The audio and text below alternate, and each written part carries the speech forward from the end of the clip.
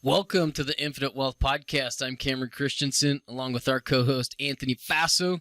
And today what we're going to be talking about, or continue to talk about, is why it's important for you guys to transition from the left side of the cash flow quadrant over to the right side. And before we go, let's just summarize what the cash flow quadrant is. Okay. And this is from Robert Kiyosaki's book entitled The Cash Flow Quadrant. If you haven't read it, I would highly recommend it. To me, I think it is his best book.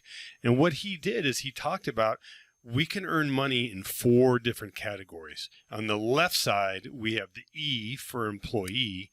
Then we have S for self-employed. Then on the right side, we have the B for business owner and the I for investor. So when we're going to be talking a lot about left side and right side. So the left side is going to be employee and self-employed. Right side will be business owner and investor. Now, Cameron, typically we typically start off as being an employee. Yeah. But then something clicks and we make that transition to a different category. What was that thing that made you want to no longer be in the E quadrant? Well, if I'm honest, is I don't like people telling me what to do. I never have, and I had very few kind of employee position jobs. If I look back, Yeah, we were talking. You've had 2 jobs. I've had 2 of them, man. First one was working at a clothing store at an outlet mall back in Idaho, where I grew up at, and I was terrible at the position. I was not good at it. I didn't like it. And the other one was UPS, man. I worked at UPS. I worked from preload. I worked from 2 o'clock in the morning to 8:30 in the morning, and I would load the trucks. And, you know, that got me through college, but I wasn't a big fan of it. And so really for me, I mean, man, I had my first opportunity when I came down to Las Vegas, and I had an opportunity to kind of step into a position and own the company and run a company. And, man, I jumped at it as soon as I possibly could. How about you, Anthony? Tell us what kind of made you make that transition from the E to the S quadrant? Well, I tell you, unlike you in many ways, I had many jobs. I mean, I started working at as a courtesy clerk, a.k.a. box boy at the grocery store. And I've had jobs, I mean, many jobs. But what really hit me was the deciding factor for me was I wanted some time freedom. Mm-hmm. I had a job. I was CFO of a chain of restaurants. You know, it kind of got a little boring. Like it wasn't challenging. Mm. But then I had young kids, and a friend of mine had started his own firm, and we kind of sat down, and he was very open and showed me his financials. And I'm like, okay. I'd be happy if I just made half that. Because I really wasn't focused on the dollars. It was the time. Yeah. I had young kids, and I wanted to be there when they were young. So that was my transition out of the E category. Now, let me be clear, as I always worked. It wasn't that I had just 2 jobs ever. As I always worked, I had a paper route, and I had those things. And then growing up in Idaho, you're always working on the farm in the summer. So, Well, you know what? I had a paper route as well. when did you start yours? Definitely before you, because I'm a little bit older, but I think in 6th grade. But the most important thing of that was, this is a story for another day, but that's where, do you believe in love at first sight? I do. Okay. Well, so does my wife, Vicky, and that's when she first laid eyes on me, slinging papers at her complex. But I didn't see her because I was just too busy focused on delivering papers. I didn't really see her until a couple of years later, but that's something we could talk about later. She was swooning. She was. Yeah. Now, enjoy the episode. All right, Anthony, we just gave our listeners the introduction of what we're going to be discussing today, and we shared a little bit about our transition and our story of how we went from the E to the S. And today what we're going to talk about is that transition, but also additionally moving from the S over to the B and the I. Mm-hmm. Anthony, what are some of the issues or some of the things that you've seen, the problems that you've seen people encounter when they're transitioning either from one of those quadrants? I think the problem is people get addicted to money. Ooh, what do you mean by that? What I mean by that is we typically start off as an employee, right? So typically get that paycheck every 2 weeks. All right. Our health care is covered. A lot of things are covered. We just got to show up. But we get that money like every 2 weeks on a consistent basis. And what typically happens, then we build our lifestyle up to that amount. And maybe a little bit over. Yes. Yeah. Yes. But when we're transitioning to the left side, the right side, we typically need to make some financial choices, and it can be tough giving up that paycheck for what is the unknown. Mm-hmm. And we get accustomed to chasing the dollars. Mm-hmm. Like where I can relate to it is when we might have touched a little bit about my relationship with my father, but he really didn't come in the picture till I was out of the service and in college. And he was an executive for one of the casinos here, and he offered to help me get a job. And that's nice. Yeah, it was very nice of him. But so I started thinking in my head, like, you know what the best job for somebody who's 21 at a casino? It's working valet. Mm-hmm. Right? Those valet parkers they can make over $100,000, and this was in the 90s. Oh yeah. So I'm like, oh, sweet, my financial woes are over. But where'd you end up? Not in the valet. Fortunately, I wasn't a dishwasher or in housekeeping. No disrespect if that's where you're at, but he put me in the race book. Ooh, now I'm not. I live in Vegas. I don't go down there very often. What's the difference between the race book and the sports book? Big difference, right? In the amount of smoke and the quality of the people, right? Like, there was one time I knew nothing about horse racing, but I remember, and this was kind of when the light bulb went off that I need to get out of here. Mm-hmm. Is when a guy strolled up. He's smoking, right? So he's got the cigarette in there, and so I'm breathing it all in.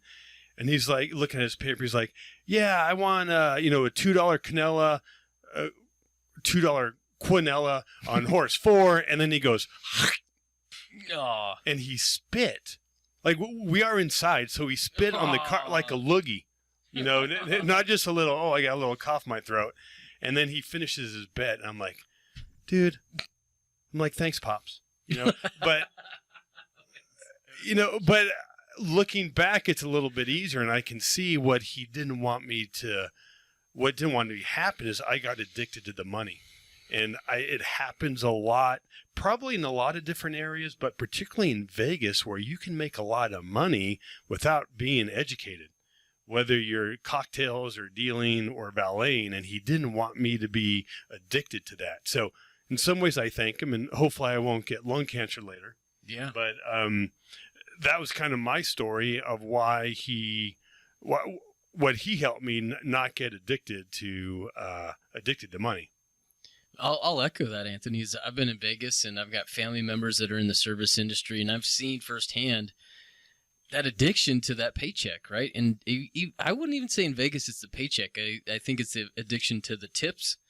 It's the fast money, right? You really just got to show up, and you can make some really good money in a short period of time, and it's really, really difficult for people to transition from that to kind of something else, right? And so, man, countless situations where I've had somebody come in and say, "Hey, here's what I want to do, but I'm too busy working, or I got to go do this," right? So it's really difficult to transition. And I think it's really prevalent here in Las Vegas, but I'm sure even if you have a professional job, that you start getting a bonus, or you're trying to work up the corporate ladder to make other people wealthy, and you can get addicted to that nice paycheck. Not only that paycheck, but maybe the prestige. Yeah.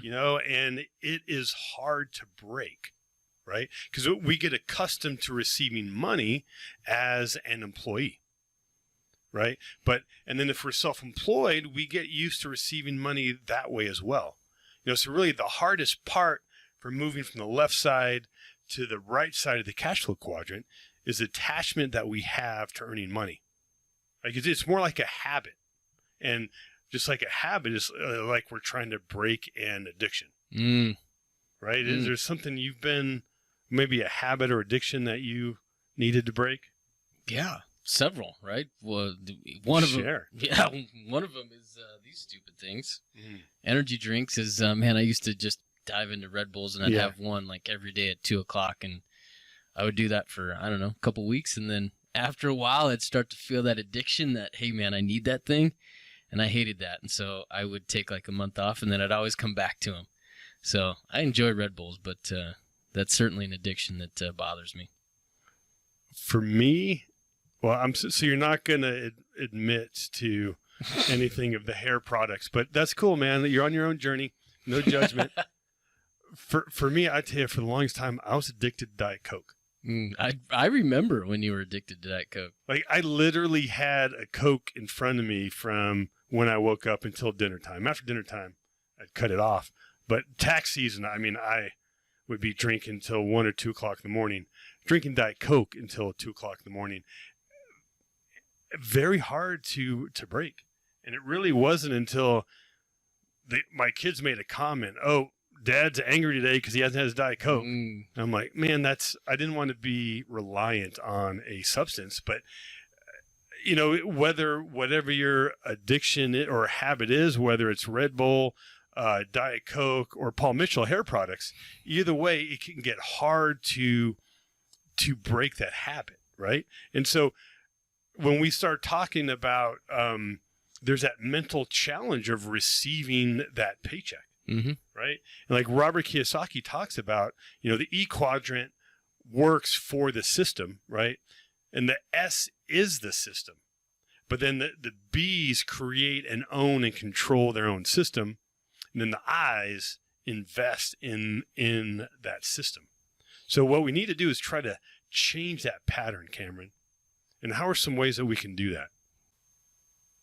Anthony, what we're just talking about was ways in which we receive money and how it can become addicting. And when we're transitioning from quadrant to quadrant, a lot of times there's a gap in the way that we receive an income. And that reaction, people react to their default, right? And so one of the things that we would identify for you guys is that we'd ask you kind of the ways, how do you react when that income stops? Maybe not permanently, but periodically. And oftentimes what we found is that an employee, if you're in that E quadrant, you immediately go out there and start looking for a job.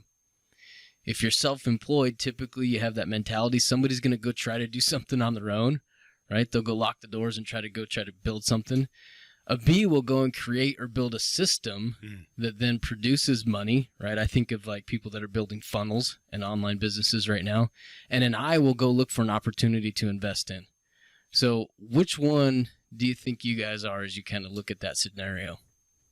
Yeah, I tell you, when you say that, Cameron, to me, what first reacts, it's really easy for a B to go buy a system, or an I to look for an opportunity because they have money, right? But what I just want to make a point is that if you can come up with a good idea, or you find a good deal, somebody's going to back you, right? And we've seen it many times here. So I don't want, oftentimes money is the biggest obstacle for people have, but I think that's more in the head. There are ways around the money system, or just having money. There's ways to find the money. I would agree with you, and I think that one of the ways, money being an obstacle as well, but that mental part, when you talk to people that have kind of gone through that transition, man, there are definitive moments that they remember of some really tough times, right? Some trials that they went through that they had to overcome to get through that. And so not only is it money difficult, but mentally it's also a stretch to get through that. That happened to me, and honestly, I can remember it as if it was yesterday when I first went off on my own and left my CPA firm. Also, that's where I was getting my referrals or leads for infinite banking, and then all of a sudden that stopped. And again, I'm trying to build systems, and I had a loss of revenue and time, and then also time. I'm trying to build the system, so man, my balance sheet looked terrible. I incurred some debt, And then my wife's like, you know what? What are we doing here? You know? Start asking And some questions, so yeah. I had this panic mode. And just like you said, okay, well, I'm an S, so I'm just going to work harder. Yeah. I'm just going to. So I actually had lunch with a partner of a CPA firm to talk about, maybe working part-time. And of course he was thrilled to have me. You know what I mean? Rolled out the red carpet yeah. and everything. Yeah. But you know what? I just couldn't do it. In part, to me, at least to me, the most important thing wasn't the money. It was having that freedom and that time. Yeah. And I knew if I went back in there, I got burnt out doing taxes. I did not want to go back and do it again. Mm-hmm. And I knew if I did, not only would I be unhappy, but it'd sidetrack me from kind of where I wanted to go. And again, one thing Robert Kiyosaki had talked about is you can always quit. So why quit now? Why don't you quit later? So that kind of empowered me. Is like, man, okay, I'm afraid if I quit, then I'm never going, then I'm closing the chapter on this opportunity. Mm-hmm. And I said, man, I'm all in. Yeah. And just took that time instead of working for somebody else. I started investing it back into my business and got in a much better financial problem. Got a better financial system, but I get it. That transition can be difficult and fearful. So, but if you stay focused and you find that passion, you can power through it. I think back is when I transitioned, I had a previous business as well. And man, if I look back, man, I drug my feet for probably a year and a half before I transitioned into full-time advising. And really, it was just out of fear. To be totally honest, it was fearful that I wasn't able to be successful, and I had this thing that I knew that it could get me by, and I didn't want to let go of it. And man, it took a really long time to just mentally kind of get over that challenge. And so, Cameron, yeah, if you could go back to the little dude you were, right, full of fear, what would you say to that little dude with silky smooth hair? Man, I give him a pep talk. I give him I'd say do it, right?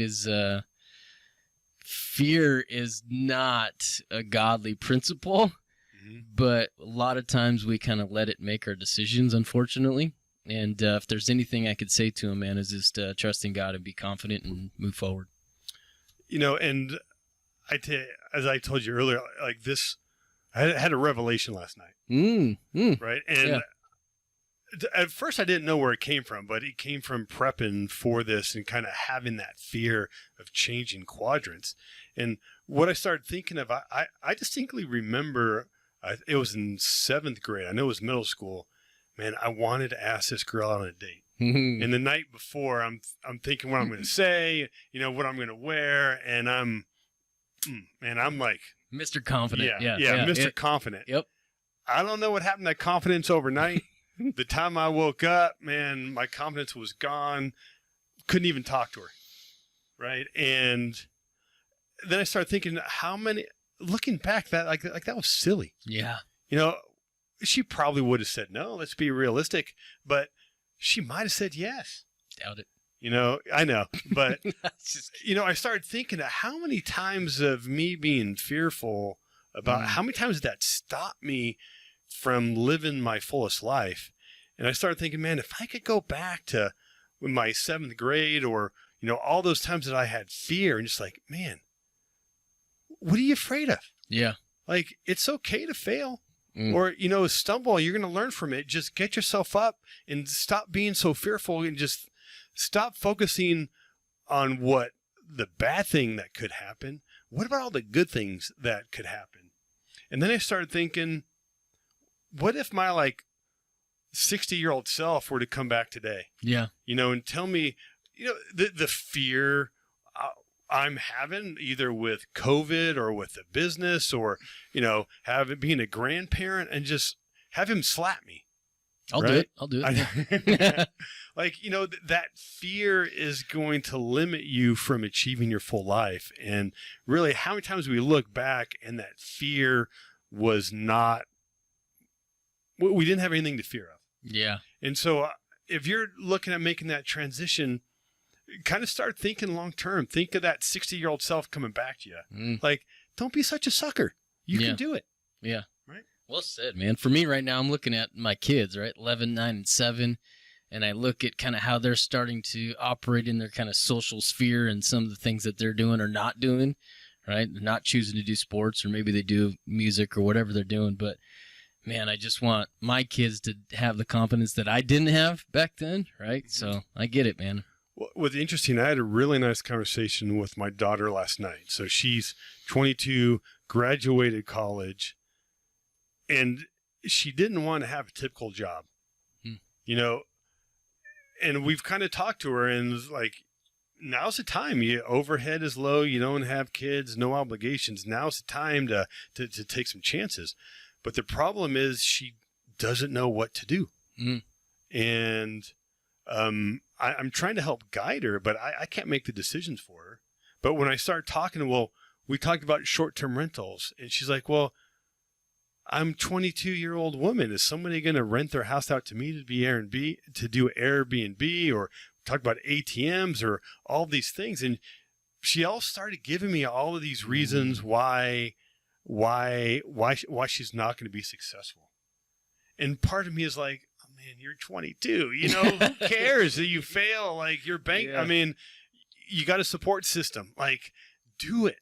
You know, and if you're on that fence, that's what we're telling you to do, is do it. Don't be fearful. Well said. Well said.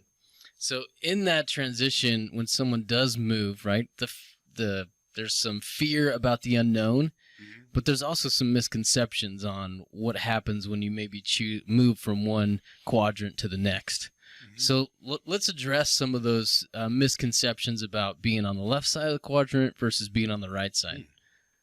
Great segue. You like that, huh? Yeah, brought it full circle. And so a misconception that I commonly hear and I commonly see through kind of people's remarks is that it's more risky on the right side than it is on the left side. Would you agree with that statement? No. And what I'm saying is an employee, self-employed, is safer than being a business owner and investor. I would. There was a time where I would say, yeah. I mean, it is riskier on the right side. But now trying to make that transition on the right side, and particularly now, I'm seeing there's a lot of risk on the left side. Oh, yeah. And, you know, one thing that brought to my mind is how technology is changing. So how does technology play into that? Well, I would think, I mean, a lot of times what we think about is, you know, maybe on the lower skill jobs, where like you've seen, I saw this this news article where something in KFC where you order it, you don't even you don't speak to a person anymore. You go in to a kiosk and place your order, right? So, but it's not just those lower income or low skill. Like, to me, one of the reasons why my eyes opened to getting out of the CPA world was when I saw the commercial for TurboTax, where somebody took their phone, took a picture of their W-2 and just imported it right into the tax return. And I'm like, whoa. That's my job. Yeah, I'm the one who's supposed to key those in, and now you're just it's gonna be done for you. And then I started realizing, you know what? Literally, the IRS has for most people, IRS is almost 100% of all the tax information. Right? They have the W-2s, they have the 1099s, what you paid in mortgage. What I can see eventually happening is IRS prepares your tax return, and then maybe you make a couple of changes. But so my point is that even in a professional career as being a CPA, technology is going to affect it. Yeah. And even in the minor things, how many technology has expedited the process of a tax return, that they're going to need less CPAs. So that technology is going to displace some workers, right? And one of the things is, right, so then if you get displaced, you're going to have to learn that new technology in your job. why not take that time instead of learning a new technology to make somebody else wealthy? Why don't you take that time to kind of learn how you can make yourself wealthy? Well said. Well said. And you know what? Again, on the left side, how many, particularly now, what about all the people at Citibank? If they chose to not, I don't want to get political on the vaccine, but people who chose not to get vaccinated, they're getting fired today. Yeah. Right? And on the left side, right, what we're talking about is that myth of security. We've had a podcast on that, so I won't go too far into it. But really, man, again, if you look at kind of the service industry here in Las Vegas, you go back 5 years ago, 6 years ago, even 3 years ago, pre-COVID, man, some of these bartending positions and or valet positions that we had discussed, some guys worked there for a lifetime. And the only way that somebody ever moved up was whether they died or retired, right? And so now the misconception of security that those people have has been peeled back, and they realize, man, I'm at the mercy of this big, huge, major corporation that at any moment can let me go. And so, well, and again, with expanding on valet parkers, those guys made a lot of money till about 2 years ago. Yeah. Then the casinos started charging for parking. Yeah. And now if I'm paying $15 for the privilege to park, I'm not going to tip the guy. Yeah. Or maybe I tip him a little bit just because I feel bad for him. But here's the thing. That person did nothing wrong. It might be the best valet parker the world's ever seen, but somebody else made some decisions. Well, now their income got cut in half. Where I was going with it is on the left side. If you look at it, and I might be jumping ahead here, but if you look at what's happening and what people have started to realize, but on the left-hand side is you don't control your occupation. Somebody else does. Also, additionally, is you typically don't control your investments as well. Right? If you look at the way that the left side handles their investments, is they're handing it over to somebody else, and then they just check on it periodically. Well, so let's talk about the right side. I mean, Cameron, how is the right side more secure? And conversely of what I just mentioned on how the left side doesn't have control of the occupation, the right side, business owners and investors, is they've created a system, right? They've created a business. And so I don't know if you guys have heard this. I'm sure you have, but Robert Kiyosaki, I think, is famous for it. But he says, hey, if I were to lose everything and start over tomorrow, he says, I have no qualms with that. I'm starting over with experience. And the reason that that's not scary is because you've already built that skill set. You know exactly what it takes to get a business up and going. And so that fear of starting over is not scary. You control that entire scenario. And again, on the right side, what you'll see is that most of those people over there control their occupation, but they also control their investments. And so the two best investments that they make on the right-hand side is going to be real estate and or their business. Right. And on the right side, they're building and putting money in systems, right? Which those systems allow you to work less, right? Then you don't need a job. Where we like to say you work because you want to, not because you have to, right? And, you'd mentioned about people employees on the left side, giving up control of their investments.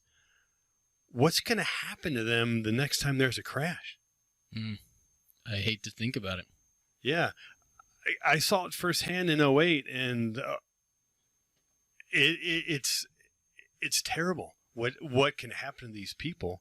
And then they're, to no fault of their own, their money's 401k is now a 201k, right? And particularly if they're in retirement, they might not have that time to recover, or they may have to go back to work, or their retirement is not going to be how they had envisioned. And particularly, and part of that problem is because they thought that left side was going to be safer, when actually that right side, or the right side, creates more of that safety. Yeah, well said. Okay, Cameron, let's dive a little bit deeper into why there's more risk on the left side than the right. Okay. something that comes to mind, right, that we've discussed previously is that if you compare the two sides, the left-hand side typically works in words, right? That's how they communicate. On the right-hand side, they work in numbers. That's how they communicate. When you're on the left-hand side, as I mentioned before, is you're handing your resources, your investments over to somebody else, and you're relying upon their opinion of whether something's a good investment or a bad investment. On the right-hand side, business owners, investors, is they think in terms of numbers, right? They can look at a scenario and understand if it's a good investment or not. They don't need to rely on somebody else. I've said this before, is when you look at successful investors, is whatever niche they're in, it just comes down to an equation, right? So you got to figure out that equation, and that gives you the answer. And now you know whether you need to move or not. It's not based upon somebody else's opinion. So I'm hearing it's important to know the numbers. Important to know the numbers. The numbers are going to allow you to move faster, quicker, and also you need to understand the difference between facts versus opinions. One thing I want to clarify, like, not everybody is a numbers person. Mm-hmm. And you don't need to be a numbers person. You don't need to be an MBA or a CPA or, have a degree in math or enjoy numbers. You just have to know the numbers that relate to what you're doing. Because a lot of times people think, well, I need to be smart, or I need to know math. Yeah, or highly educated. Yeah. What's interesting? A lot of the times, the people who are really good on the right side weren't so good in school. Mm-hmm. Right? But what they did, though, is they knew what they needed to know. Yeah. And they they knew the numbers, and not all of the numbers, but they knew what numbers to look at, which numbers were important. And that allowed them to make better decisions. And when we have more of those facts and more of that data, that is going to limit our risk. Well said. You know what I also think, and we've kind of touched on this a little bit before, is that people on the left side, since they don't know the numbers, they have to rely on others for that information. Mm-hmm. Right? And that's where I think a lot of people on the left side are going to typical financial planners, is because they don't understand what they're doing. They're just trusting them. And that's where they're going to get into trouble. People on the right don't need typical financial advisors, because they want their money in control, and they're going to put it to work themselves because they understand what they're doing and they understand the numbers. Yeah. Anthony, lastly, let's touch on this last point, is who gets paid to take risk between the two sides? Well, see, this is what is interesting. The left side pays for risk. The right side gets paid for risk. So let's unpack that for a little bit. Well, I think a prime example of that is if you buy a stock in a company, right? You give the money to the company. Mm-hmm. Who's taking on the risk? Me, if I bought the stock. You are. Yeah. The investor is taking on the risk, right? So you're giving up your money, and you're taking the risk, right? Now, people on the right side, let's say somebody bought a rental property. Now, they're taking on the risk, right? Yeah. Because they bought this rental property, but they're getting paid for that risk. And they're getting paid through passive income and the tax deduction and appreciation. So that's another reason why it's less risky on the right than it is on the left. Well said. Well said. All right, so we've touched on a lot of different areas, the differences, some of the things that people overcome when they're trying to transition from the left to the right side. Anthony, what's your take? Is it tougher or is it easier nowadays to transition from left to right side? I would say it's never been easier to transition to the left to the right. I would say that it's never been easier. So that was 3 nevers for me. So okay, then why so then? Since you had so many nevers, how come? Man, you got so much information out there that was not out there previously. You can go to YouTube and you can get educated and look up anything that you want to. There's so much information out there, which is a double-edged sword. You can get lost if you don't know what you're looking for. But man, if you get dialed in on exactly what you're looking for, you could get a master's education in finance just on YouTube and online classes and those things. And even more so now, man, you look at the people that are out there. This is one of the things I was going to touch on earlier that they may have forgot, but if you look at the way that people are learning or communicating now, it's like do one, or learn one, do one, teach one, right? So there's guys out there. The best way to learn, in my opinion, is go find somebody that's done it, right? And then once you do it, turn around and go teach somebody else. And so if that, I hope that answers your question. Is there's just so much education out there. There's so many people out there that are willing to teach you what they've done for relatively little cost. That great opportunities out there. And even with technology, it can help you comprehend the numbers. Like there's great calculators. Like the one that I use is from Bigger Pockets, where when I bought a rental property, I put all the data in there, and that helps me analyze what if that is a good deal or not. Mm-hmm. And typically, even with Robert Kiyosaki, he got here not by himself, but he had a mentor.